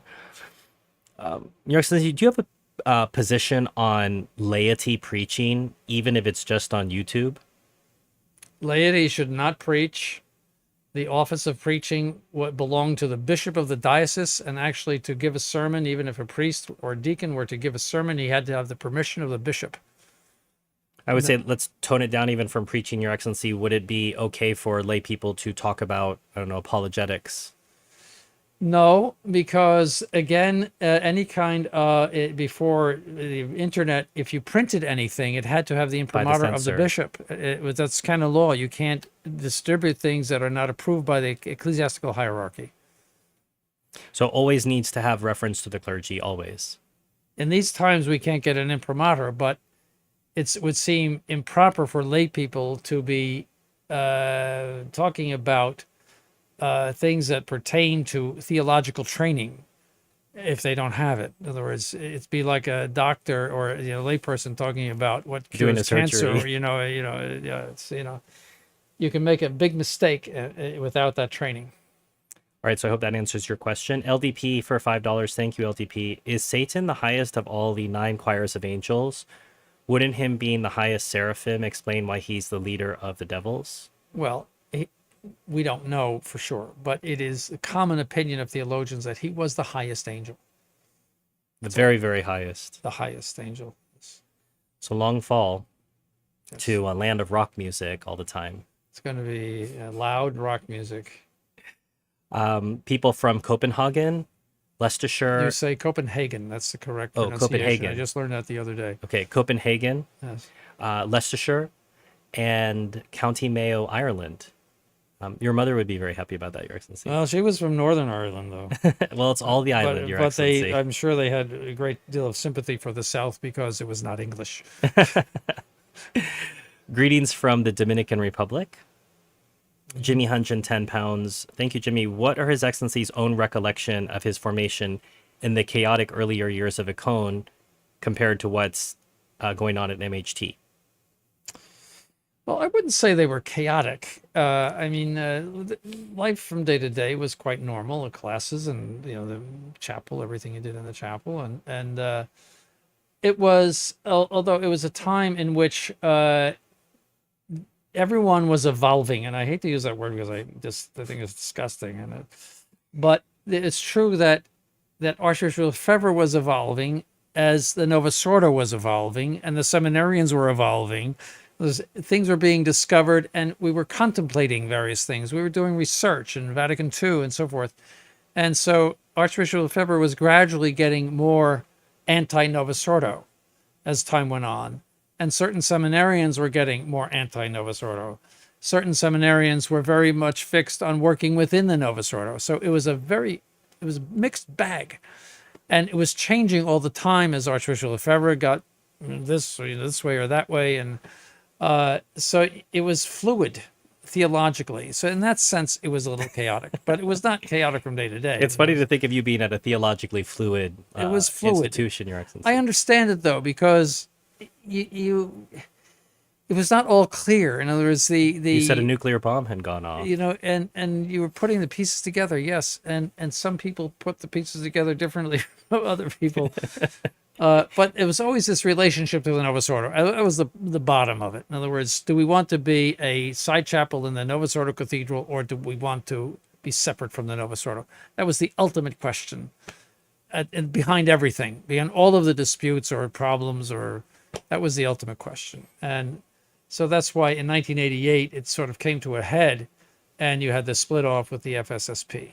You see that they wanted to be a part of the Novus Ordo, and There's a SSP. certain logic behind that, Your Excellency. There is. If that's the Pope and that's the hierarchy, we should be part of it, and we should just be a side chapel with permission to say the traditional mass Next to the guitar mass or the Spanish right, mass, yes, whatever. you know, and or the dancing girls or whatever it is, and that was the and that was originally Archbishop Lefebvre's intention, but you know he and it sounds like I'm criticizing him, but it was a not really. It was a development of thought, and as the Vatican did certain things one way or the other, the thought would change. You see, and that was the era. Well, now we know things much more clearly than we did then. Well, and your idea of picking up the pieces, Your Excellency, I'm thinking they put together this sort of monstrosity sculpture, and certain of you realize, well, there's no reform of the reform. We're just going to go back and find some pictures of what actually was the case, and we're going to use those pictures as the model. And Yes. and those pictures are in this book, and that's what's going on at the seminary here. Now, it says usually several seminarians from each diocese are sent each year to study in Rome at the North American College. What a privilege that would have been, Your Excellency. And why do you think it's important for clergy at some point in their life, if possible, to go to Rome? Well, in the 1950s, it wasn't a privilege. It was a privilege to be chosen. But the Roman universities went modernist in the 1950s. And I know that for a fact because I know somebody who was trained there and he was thoroughly modernist. And so Wasn't Gary Goulegrange still teaching? In yes, that time but period? the Gregorian and, you know, in other words, modernism was there. Let's put it that way. Okay. So he would have been an isolated conservative? Yes. Well, for example, He was at the Angelicum, right? he refused to approve the doctorate of Wojtyła because it was modernist. That shows you something. You see that Wojtyła could get through the Roman All the way. universities up to doctorate, approved until Garrigou said no. You see, so it shows that there was a two parties, you might say. Then he's made a bishop by Pius XII in 1958. I know you've talked about Pius XII before, Your Excellency, Yes. on different episodes. Jimmy Hunchin, 20 pounds. Thank you, Jimmy. An interesting side note, the Dominicans didn't wear the stole in the confessional, only their mantle. In the Dominican formula, they also lifted censure and excommunication before the confession was heard. Well, the Dominicans have their own rite, which comes from the Middle Ages. So, you know, the priests, the diocesan priests would follow the Roman rite. But there's a Dominican rite. So, you know, okay, thank you very much. It's a Dominican rite. There's a question about, are there any sedes in Zambia, as that's where we are. We're not very close to Zambia, Your Excellency, but Bishop Nkamake is in Nigeria. That would be far closer to Zambia than we would be. Yes, I don't know.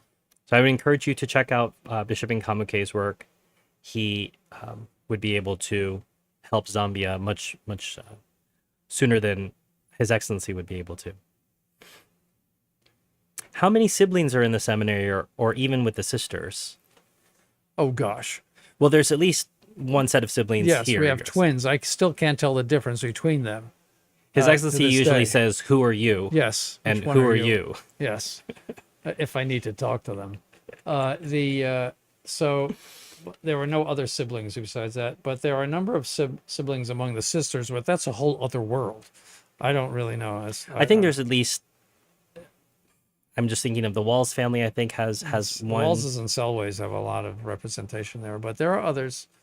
But And I have no idea. There's cross representation. Sister Mary Peter is a sibling of Father Eldracker, so there's a sibling priest in the institute who has a sister who's a sister. Yes, yeah, it's one big happy family. They don't get to see each other very often, even No. though they're siblings. No.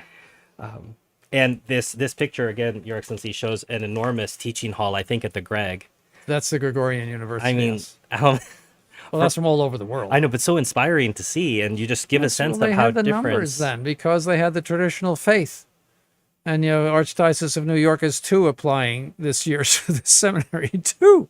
If they have a 50% attrition rate, they're going to just have one. It's almost as if there's a message being sent, Your Excellency. I It's mean, just, is yes. anyone receiving? How much more? Brazil was 95.59. I just saw this yesterday. 59% Catholic in 1965, and now it's just a little over 50% Catholic. Why? And the evangelicals are making great progress in Brazil. The reason is that the evangelicals believe in God, and they believe that sacred scripture is the word of God, and they have objective doctrines as a result of that. They might even live or dress modestly. That's right. That's right. I mean, the Novus Ordo is a complete failure, total failure. We just need more of it, Your Excellency. More, harder, faster. Another big hypodermic needle, another big shot of Vatican II, and that'll solve everything. And I think that this Leo believes that he's going to bring about a unity, and he's naive and with his patients dying on the operating table cause Vatican II. You know what we need? More Vatican II. Yes. Yes. I mean, the statistics are horrible, and the only ones that are doing well are places that have some conservatism. Actual ordination to the priesthood is the last of 7 steps, the 7 orders which the church confers on her priests. The rite of tonsure, which prepares for the reception of minor and major orders, is performed by the bishop cutting the hair of the candidate's head in front, behind, on both sides, and on the crown. The 4 minor orders received after clerical tonsure are porter, lector, exorcist, and acolyte. These were abolished by St. Paul VI. I always wonder how the Fraternity of St. Peter receives abolished minor orders. It's a good question. You'd have to get them on one of these interviews. What does His Excellency think of Bernard Lucien's interpretation and solution to the problem of dignitatis humanae? His view was praised by JP2 and seems to have support there. I forget how he reconciled it. Frankly, I read it, but I forget it, so I can't really comment on it. Someone is endorsing your debate with Dr. Fastigi as 100% worth a listen for some of these questions. It's entertainment. Well, we're heading into the final 10 minutes of our live stream. I'm not allowed to keep His Excellency here for hours and hours, as we had our record-setting 3-hour live stream the other day. His Excellency does have other things to do, as he's preparing for final exams as well. I don't have to give any. You don't have any? I'm done, yeah. You were just have quizzes for your courses? Yeah, yes. Well, yes, what we call minor courses get a series of quizzes. Major courses like De Deo, Trino, or something like that get the big exam. And what courses were you teaching this trimester? I was teaching minor courses. I was teaching a lot of Latin, and Father Patrizzi was co-teaching it with, so he's going to do the exam. I was teaching a sacred scripture course on the Psalter, the Psalms, and let's see what else. Something else I was teaching. I can't remember right. It was a minor course, though. All right. Jan Stolek, are there Sedevacantis priests in Poland? Yes, Jan, if you go to rcinstitute.org, you'll see that there are masses in Krakow and in Warsaw. So Catholic political philosophy, that's what I Catholic political philosophy. Yes. Well, there's an excellent book that you recommended that I ended up getting. Yes, it's outside my door right now. If you have any more questions for His Excellency, please feel free to put that in the chat. If you have not hit like so far on the video, please do that now. And if you haven't shared where you are watching from, please do that now as well. So you said you think 8 next year, Your Excellency? Yes, it looks that way. Some are still processing. I think we have 7 accepted, though, I think. And where are they coming from? Ooh, one is coming from Norway. All right. The rest, I think, are Americans. I can't think of anybody. There might be one from South America. I'm not sure, but yeah. And what stages of life are they in? The 2 are, I would say, over 25, but the rest are either late teens or early 20s. And they are various stages of life. In other words, some, we like them after high school. Going to college is actually a negative thing for us because they just get messed up. We have to undo that. So some have been to high school and then they work for a while and, decide to be a priest, or some are straight out of high school. It depends. It really is not a trend either way. And as you say, if if the numbers are normal, you'd expect if it's 8, 4 of them would persevere. Yes, I don't like to say that though, because then they're going to say, "Am I going to persevere?" Is it I, Lord? Yes, they might all persevere. I'm just saying an It would be average. wonderful if they did. Yes, it'd be wonderful if they did. They might all persevere. But our average, I would say, is maybe 50%. It's Now, this is a bit more of a sensitive question, Your Excellency, but is it permitted for someone who has same-sex attraction to enter the seminary? no. And No, why is that? Well, because he's going to be working with, first of all, living with men, working perhaps with youth, and that's an occasion of sin. So it could be an occasion of sin. In other words, it's just something he needs to avoid in life as much as he possibly can, and that would be. Would you say that someone could have a genuine call or vocation, and yet this could be an obstacle to that vocation? Or Yes, it is just not a would. real vocation? Well, a vocation is not the angel Gabriel coming down and telling you have a vocation. A vocation is simply a right intention. In other words, you want to become a priest for good reasons. That's called right intention. And the purpose of that is rather, so that's how you present yourself to the seminary. You have to have excuse me, all of the qualifications, though. You have to be in perfect health. See, so many times we turn people down because of allergies. Would this be a health qualification of sorts, Your Excellency? Well, it's whatever you want to put on it, but it's a disorder that would be something that would disqualify you. That's all. Because of it's not to say that you're evil. It's not to say that that you don't have other talents, or It's just to say that it is incompatible with the priesthood because of the occasions that it would arise in it. And is this an institute rule or an MHT seminary? No, it's rule? just common This was always the case before the Yes, council as well. Yes, yes. I suppose the other side of it is, Your Excellency, you can't tell these people if they're found out that they should go and get married necessarily. No, the thing they must do is observe perfect chastity, and they have to avoid the occasions of that, and something that's difficult because being one or other sex, I mean, being in this case men, many times with other men, it'd be a very difficult thing to do that. But they should frequent the sacraments and avoid the occasions of sin, just like anybody that has to avoid sin. You see, So they wouldn't be counseled to seek out a regular marriage necessarily. No, not at all. No, those would no.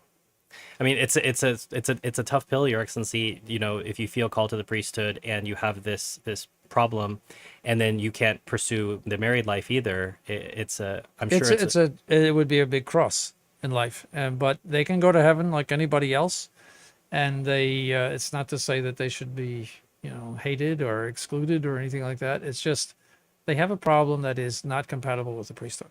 It might be very hard for a person to take that, Your Excellency, that say you're not hated and they feel like doors are closed off to them in this It'd way. be like somebody that has some sort of physical disorder. I mean, it's a sexual disorder, and nobody really knows what causes it, but it's a sexual disorder, and it's just like if you had palsy or something like that.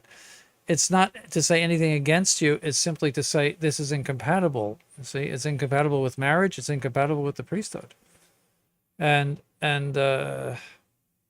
they can go to heaven like anybody else. They can lead good lives like anybody else. And they may be blessed with other virtues that other people who Yes. don't have these conditions. Yeah, absolutely. have. They have to bear a cross, and so they might go to heaven for their crosses, where other people who don't have that cross might go to hell. But to do what they do now and take pride in it, and all that's very bad. In other words, where they're saying this is not a disorder, that's very bad.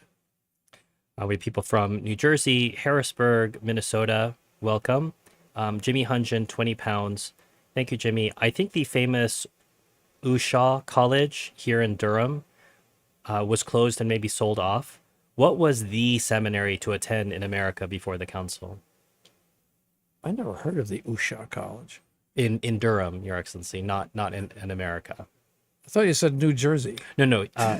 He's referring to something in Durham in the UK. I'm not familiar with that.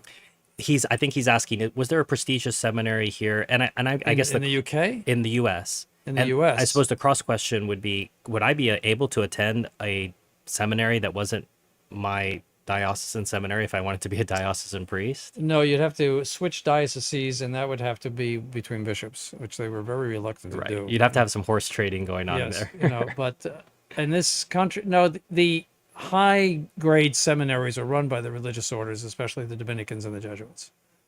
In other Did words, did Mundelein have a good reputation before the council, Your Excellency? I was in Chicago. I mean, a good reputation as a diocesan seminary, but a diocesan seminary is meant mostly for pastoral. See, so they did not, I mean, they did all the dogma and everything, but it was, as I said, light in comparison to, say, what the Dominicans were doing in dogma, or the Jesuits were doing in dogma or moral, or also another great formation was the Redemptorists. But But were they weren't open to diocesan clergy. You couldn't just go there. No, there was no high grade seminary for the diocesans, except maybe the Rome, but they had everybody there. Rome, that was, yes, Cardinal Billot was teaching in Rome, Garrigou was teaching in Rome, Angelicum, those were the high grade seminaries. But the average diocesan seminary wanted parish priests and how to run a parish and how to Lots of parishes to run. And if you get up in the pulpit, you know enough dogma not to say heresy. You see, that was it was somewhat limited in that sense, or it's not as bad as I'm making it, but you were meant to know, let's say, the basics of dogma, morals, etc. And I just know the textbooks that they used, which were not really high powered, but which were adequate and good. You see, and so, but there's a lot of even their final year was almost entirely given to working in parishes. I mean, there was a very light academic schedule, and if you look at, I was looking at some of the old, like Dunwoody would have maybe 3 courses a day. Dunwoody was New York Archdiocese, 3 classes a day.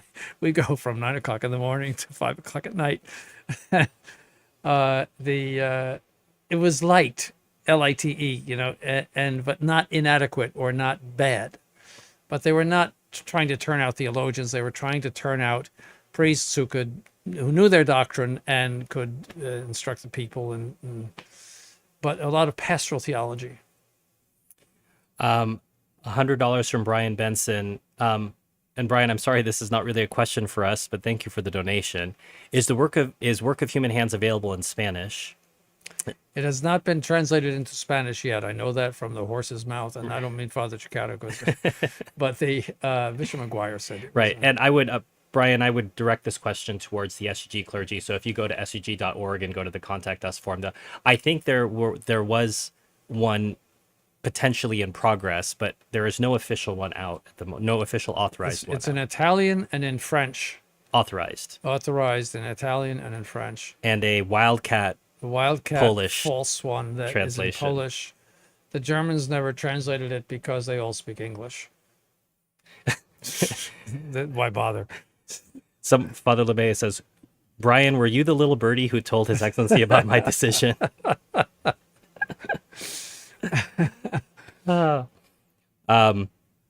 guess I'm being called out here, Your Excellency. I don't have, I guess Stephen Heiner and Mario Dirksen should stop their apologetic sites. I don't have an apologetic website. If you're talking about True Restoration has always been with clergy. I don't work at True Restoration anymore, but that has always been something in association with the clergy. So I have never run an apologetics website as a layman preaching apologetics, just speaking for myself, Your Excellency. Mm-hmm. Best wishes from Toronto, Ontario, 100 Canadian dollars. Thank you, Palm Frown. If you have a question, we've still got maybe 30 seconds for you to put your question in before we wrap up today's live stream. So we got clarity on the little birdie, Your Excellency. Potential last question: is it possible to become a lay brother at the Institute? How, or? Right now, no, because to become a lay brother, we would have to have a whole formation set up, and we don't have that yet. There are a number of people who would like to be lay brothers, and we could certainly use lay brothers, but we haven't established that ability to form them yet. When we did the nuns, when we established that, that was a very difficult task to find out their rules and everything. Bishop Seller went all over the place to study the rules of religious orders. And so it was a major undertaking, and it was a full-time job for him to train those nuns, and now they're training their own, but he had to really be the Mother Superior for a while. And This question gets asked from time to time, Your Excellency. There does seem to be an interest for it, but as you say, infrastructure and you don't like to say it, but money. It's always money. I'm sorry to say that, but the first problem is money. The second problem is personnel to do it. In other words, you need a priest who would, at least one priest, who would take care of them and form that. You see, it's not just a bunch of people living together and doing work. There's a formation, a religious formation. But the obstacle to most of what we would like to do is money. I'm sorry to say that. It sounds terrible, but it is the obstacle to most of the things we need to do. And that's why we are grateful for the donations that were sent in today. If you are watching this live stream later on replay, there's an ability to send money in using what is called a sticker at that point after the stream, or Father Desposito has put in the description the link to the donations page. That's an easy way that you can do it after the stream as well. There's a comment, there's a Portuguese translation of Work of Human Hands. It's not authorized if it does exist. We don't know about it in any case. And if we don't know about it, that's a very bad probably sign. Unauthorized. It's a general rule for clergy as well, Your Excellency. If Father so-and-so is named and he's not known, that's a very bad sign. Yes. Among the traditional Catholic world. Yes, we all know who's who. So thank you all for your donations, your generosity. Please consider hitting like and sharing this video and the channel with other people who might be interested, people who want to know where they can find a traditional Catholic formation for the priesthood can learn more about it via today's live stream. And of course, as always, Your Excellency, I want to thank you for your time. 2 hours today, didn't take you to 3 hours. Thank you for sharing with us the work and the strategies and mindset that you have for training future clergy here. Thank you.